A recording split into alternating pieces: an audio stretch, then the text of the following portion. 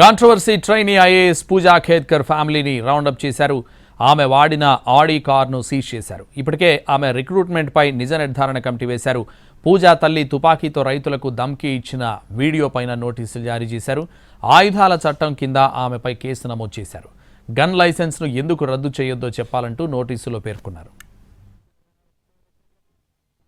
వివాదాస్పద probationary IAS పూజా ఖేద్కర్ వాడిన ఆడి కార్ను Pune traffic పోలీసులు స్వాధీనం చేసుకున్నారు. మోటారు వాహనాల చట్టాన్ని ఉల్లంఘిస్తూ ఆమె కారుకు సైరన్ ఏర్పాటు చేసుకుందే గాక మహారాష్ట్ర ప్రభుత్వ స్టిక్కర్ని వాడుకుంది. వీఐపీ నెంబర్ ప్లేట్లను బిగించి 21 సార్లు ట్రాఫిక్ వైలెన్స్ చేసినట్టుగా గుర్తించారు. అందుకే యాక్షన్ తీసుకుంటున్నట్లుగా పేర్కొన్నారు. కారు పత్రాలను సమర్పించాలని ఆదేశిస్తూ ట్రాఫిక్ పోలీస్ విభాగం నోటీసులు జారీ చేసింది. దీంతో ఖేద్కర్ ఫ్యామిలీ డ్రైవర్ పోలీస్ స్టేషన్లో కారు తాళాలు అప్పగించాడు. అయితే కారుకు సంబంధించిన డాక్యుమెంట్స్ మాత్రం ఇవ్వలేదు. ప్రస్తుతం పూజా ఖేద్కర్ ను మహారాష్ట్ర ప్రభుత్వం వాసింకు బదిలీ చేసింది.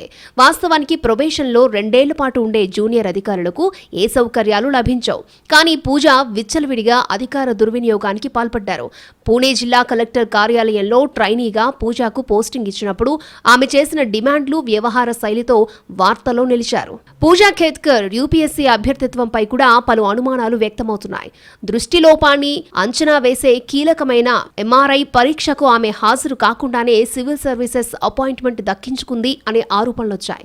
ఆ తర్వాత కమిషన్ ఆమె సెలక్షన్ను ట్రైబ్యునల్లో సవాల్ చేసింది. 2023 ఫిబ్రవరిలో ఆమెకు వ్యతిరేకంగా తీర్పొచ్చింది. అయినా తన నియామకాన్ని కన్ఫర్మ్ చేసుకుంది.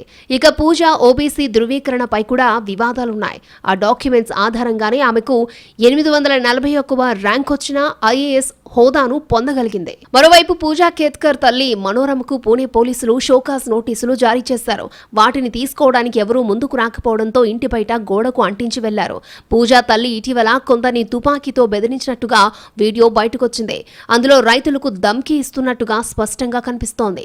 దీనిపైన కంప్లైంట్స్ రావడంతో ఆయుధాల చట్టం కింద ఆమెపై కేసు నమోదు చేశారు. తుపాకీ లైసెన్స్ ను ఎందుకు రద్దు చేయకూడదో చెప్పాలంటూ నోటీసుల్లో పేర్కొన్నారు. 10 రోజుల్లోగా స్పందించాలని ఆదేశించారు.